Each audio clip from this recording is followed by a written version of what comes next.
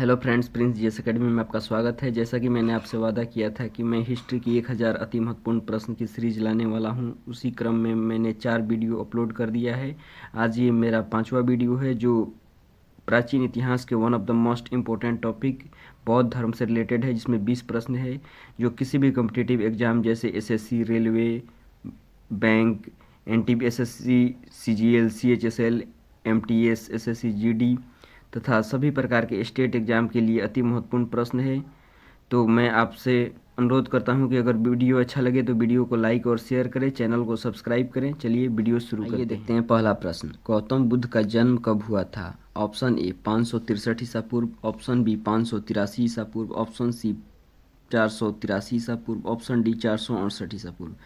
तो इसका सही आंसर होगा ऑप्शन ए 583 ईसा पूर्व। गौतम बुद्ध का जन्म कपिलवस्तु के लुम्बिनी में 563 ईसा पूर्व हुआ था। गौतम बुद्ध के बचपन का क्या नाम था? Option A Shuddhodana, option B Rahul, option C Siddhartha, option D Vardhaman. तो इसका सही आंसर होगा ऑप्शन सी सिद्धार्थ। गौतम बुद्ध के बचपन का नाम सिद्धार्थ था, जबकि शुद्धोधन इनके पिता का नाम था, राहुल इनके बेटे का नाम, जबकि वर्धमान महावीर स्वामी के बचपन का नाम था। मैं आपसे कहना चाहता हूं कि आप वीडियो को पॉज कीजिए और क्वेश्चन का आंसर खुद से देने का प्रयास कीजिए और बताइए, कमेंट में बताइए कि 20 में से आपके कितने प्रश्न सही होते हैं। चलिए देखते हैं तीसरा प्रश्न, गौतम बुद्ध के जन्म का प्रतीक क्या है? ऑप्शन ए कमल तथा बैल या सांड, ऑप्शन बी घोड़ा, ऑप्शन सी चक्र, ऑप्शन डी स्तूप। तो आपको बता दें कि इसका सही आंसर होगा ऑप्शन ए कमल। कमल तथा सांड या बैल गौतम बुद्ध के जन्म का प्रतीक है, जबकि घोड़ा उनके गृह त्याग का प्रतीक है, चक्र उनके प्रथम उपदेश का प्रतीक है जो उन्होंने सारनाथ में दिया था, जबकि स्तूप गौतम बुद्ध के मृत्यु का प्रतीक है। आइए देखते हैं चौथा प्रश्न, महात्मा बुद्ध ने किस आयु में गृह त्याग किया था? ऑप्शन ए 30 वर्ष, ऑप्शन बी 35 वर्ष, ऑप्शन सी 29 वर्ष, ऑप्शन डी 42 वर्ष। तो इसका सही आंसर होगा ऑप्शन सी 29 वर्ष। 29 वर्ष की अवस्था में उन्होंने अपने बेटे और पत्नी को छोड़कर घर से चले गए थे, जबकि 30 वर्ष की अवस्था में महावीर स्वामी ने गृह त्याग किया था, जबकि 35 वर्ष की अवस्था में गौतम बुद्ध को ज्ञान की प्राप्ति हुई थी 6 वर्ष की कठिन तपस्या के बाद। गौतम बुद्ध के पिता का क्या नाम था? पांचवा प्रश्न, option A Shuddhodana, option B Vardhaman, option C Siddhartha, option D Devdutt. तो इसका सही आंसर होगा शुद्धोधन। गौतम बुद्ध के पिता का नाम शुद्धोधन था। छठा प्रश्न, गौतम बुद्ध को ज्ञान की प्राप्ति कहाँ हुई थी? Option A Kushinagar, option B Sarnath, option C Bodhgaya, option D Rajgiri. तो इसका सही आंसर होगा बोधगया। गौतम बुद्ध को ज्ञान की प्राप्ति पीपल के वृक्ष के नीचे बोधगया में हुई थी, जिसे बोधि वृक्ष के नाम से भी जानते हैं। आइए देखते हैं सातवां प्रश्न, गौतम बुद्ध के प्रथम उपदेश को क्या कहा जाता है? तो option A Mahaparinirvana, option B मध्यम मार्ग, ऑप्शन सी धर्मचक्र प्रवर्तन, ऑप्शन डी महाभिनिष्क्रमण। तो इसका सही आंसर होगा धर्मचक्र प्रवर्तन। गौतम बुद्ध के प्रथम उपदेश को धर्मचक्र प्रवर्तन कहा जाता है, जबकि महापरिनिर्वाण उनके मृत्यु को कहा जाता है। गृह त्याग को महाभिनिष्क्रमण के नाम से जाना जाता है। गृह त्याग की घटना को महाभिनिष्क्रमण कहा जाता है। आइए देखते हैं आठवां प्रश्न, गौतम बुद्ध ने उपदेश किस भाषा में दिए थे? Option A Sanskrit, option B Hindi, option C Prakrit, option D Pali. तो इसका सही आंसर होगा गौतम बुद्ध ने सर्वाधिक उपदेश उस समय की जनसाधारण की भाषा थी जो पाली, उसमें दिए थे, जबकि प्राकृत भाषा महावीर स्वामी से संबंधित है। निम्नलिखित शासकों में कौन बौद्ध धर्म के अनुयायी थे? Option A Chandragupta Maurya, option B Bindusara, option C सम्राट अशोक, ऑप्शन डी चंद्रगुप्त प्रथम। तो इसका सही आंसर होगा बौद्ध धर्म के अनुयायी सम्राट अशोक थे। सम्राट अशोक को उपगुप्त नामक बौद्ध भिक्षु ने बौद्ध धर्म की दीक्षा दी थी, जबकि चंद्रगुप्त मौर्य जैन धर्म के मानने वाले थे, जबकि बिंदुसार ब्राह्मण धर्म को मानते थे, जो चंद्रगुप्त मौर्य के पिता थे बिंदुसार। जबकि बिंदुसार सम्राट अशोक के पिता थे, जबकि चंद्रगुप्त मौर्य सम्राट अशोक के दादाजी थे। आइए देखते हैं 10वां प्रश्न, बौद्ध धर्म में दुख के कारण को क्या कहा जाता है? तो ऑप्शन ए अज्ञान, ऑप्शन बी तृष्णा, ऑप्शन सी कर्म, ऑप्शन डी माया। तो इसका सही आंसर होगा ऑप्शन बी तृष्णा। तृष्णा का अर्थ है इच्छा। इच्छा गौतम बुद्ध बौद्ध धर्म में दुख के कारण को माना जाता है। गौतम बुद्ध ने प्रथम उपदेश कहाँ दिए थे? Option A Sarnath, option B Kaushal, option C Shravasti, option D Lumbini. तो इसका सही आंसर होगा सारनाथ। गौतम बुद्ध ने अपने प्रथम उपदेश सारनाथ में दिए थे, जबकि सर्वाधिक उपदेश कौशल की राजधानी श्रावस्ती में दिए थे।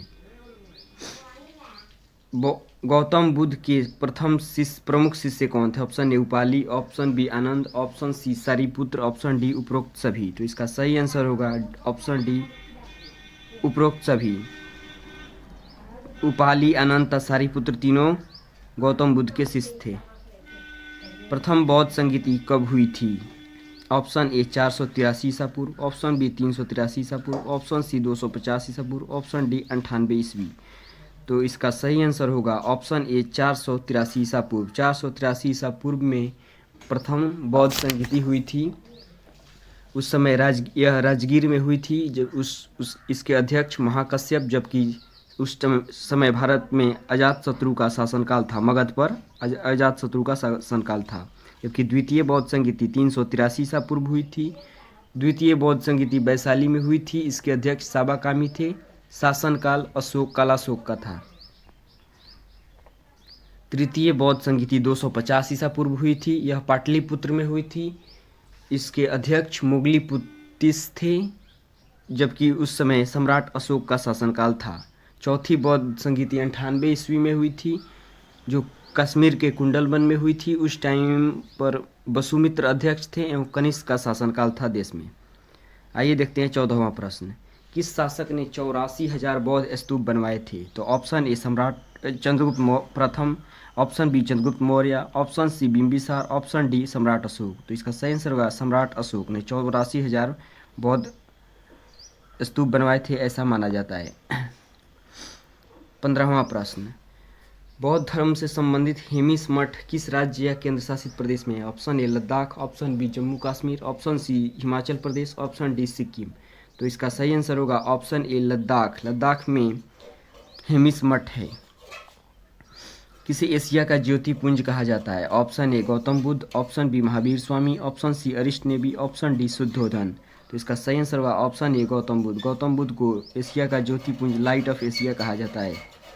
गौतम बुद्ध ने कितने आर्य सत्य बताए थे? Option A 2, option B 4, option C 5, option D 3। तो इसका सही आंसर होगा ऑप्शन बी 4। गौतम बुद्ध ने 4 आर्य सत्य बताए थे। ये 4 आर्य सत्य है। ए 1 नंबर दुख है, दूसरा दुख का कारण तृष्णा है, तीसरा दुख का उपाय है, यदि हम तृष्णा छोड़ दें तो दुख का निदान संभव है, डी दुख निरोधगामिनी प्रतिपदा यानी दुख के अंत तक पहुंचने का मार्ग है, और जिसे अष्टांगिक मार्ग के नाम से जाना जाता था।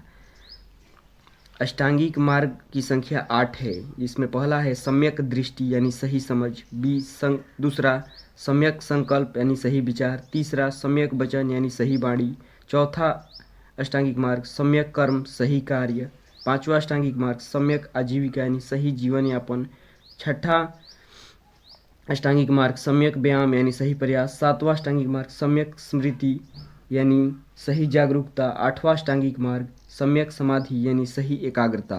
तो ये गौतम बुद्ध के अष्टांगिक मार्ग थे जो उन्होंने दिया था। 18वां प्रश्न। बौद्ध धर्म में निर्वाह का अर्थ क्या है? ऑप्शन ए स्वर्ग, ऑप्शन बी जन्म मरण से मुक्ति, ऑप्शन सी यज्ञ, ऑप्शन डी तपस्या।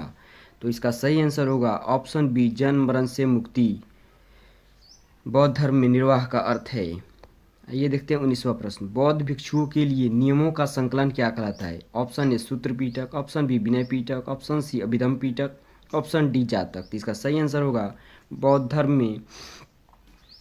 धर्म में भिक्षुओं के लिए नियमों का संकलन विनय पीटक कहलाता है। विनय पीटक कहलाता है। तो इसका सही आंसर ऑप्शन बी हो जाएगा। अंतिम प्रश्न, 20वां और अंतिम प्रश्न। जातक कथाएं किससे संबंधित है? किससे हो गया, किससे होगा?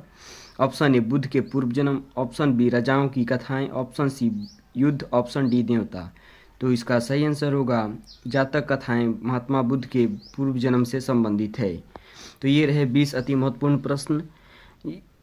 मैंने आपको 1000 हिस्ट्री के इंपॉर्टेंट क्वेश्चन कराने का वादा किया था, उसके तहत ये 5वां वीडियो था। सभी वीडियो में 20-20 प्रश्न थे, इस तरह से 100 प्रश्न कंप्लीट होते हैं। मैंने बौद्ध धर्म, जैन धर्म, महाजनपद, ऋग वैदिक काल से इंपॉर्टेंट क्वेश्चन करा चुका हूं और अगला टॉपिक जल्द ही आएगा। मैं बता दूं कि आप किसी भी कॉम्पिटिटिव एग्जाम जैसे SSC, SSC CGL, SSC CHSL, SSC MTS, SSC GD, SSC CPU, railway के विभिन्न exam, railway NTPC, railway ALP, railway group T या सभी प्रकार के स्टेट एग्जाम जैसे Bihar police, SI, UP police, MP police, Rajasthan police, किसी भी कॉम्पिटिटिव एग्जाम की तैयारी करते हैं तो ये वीडियो आपके लिए बहुत ही इंपॉर्टेंट होने वाला है। इसमें प्रीवियस ईयर के मोस्ट इंपॉर्टेंट क्वेश्चन जो एनसीईआरटी पैटर्न पर आधारित है अपलोड किए गए हैं। तो वीडियो को देखें, अच्छा लगे तो लाइक शेयर करें और चैनल को सब्सक्राइब करें। धन्यवाद। जल्दी मिलते हैं नेक्स्ट वीडियो में अपने छठे पार्ट में। धन्यवाद।